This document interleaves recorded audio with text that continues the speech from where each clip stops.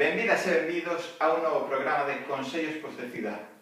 Hoxe estamos no Halloween, no Samaín, e imos falar de unha cousa que sí que dá medo. Eso é a noite na aldea.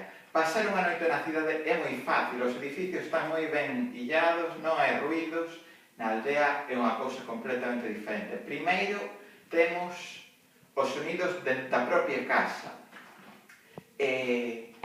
A leña cando estala na cociña de leña, ou mesmo o solo, as vigas, as portas, todo estala polos cambios de temperatura, o vento que zoa, que entra polas ventanas, polas portas, polas tellas do tellado.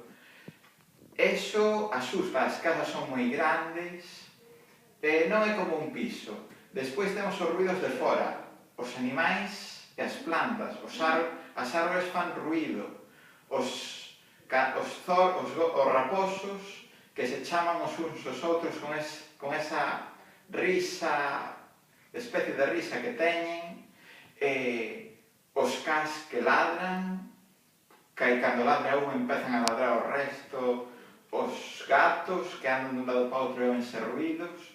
E despois o tema da escuridade. As noites na aldea son moi escuras.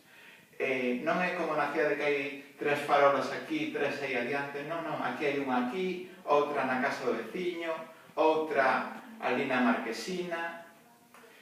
Non é fácil ir pola estrada camiñando de noite, ni ir a tirar a basura é fácil. De feito, hai moitos camiños que para chegar aquí á aldea non teñen farolas e hai que ir pola escuridade. Eso agora ainda bueno, pero antes era moi complicado. Así que eu reto, bueno, non vos reto, pero xa me entendedes, pasade unha noite na aldea,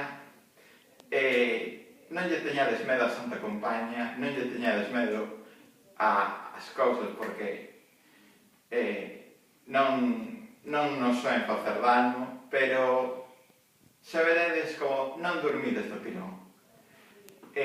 Moitas grazas e vémonos no próximo de Consellos pois de Cidade. A idiosincrasia rural en menos de 3 minutos.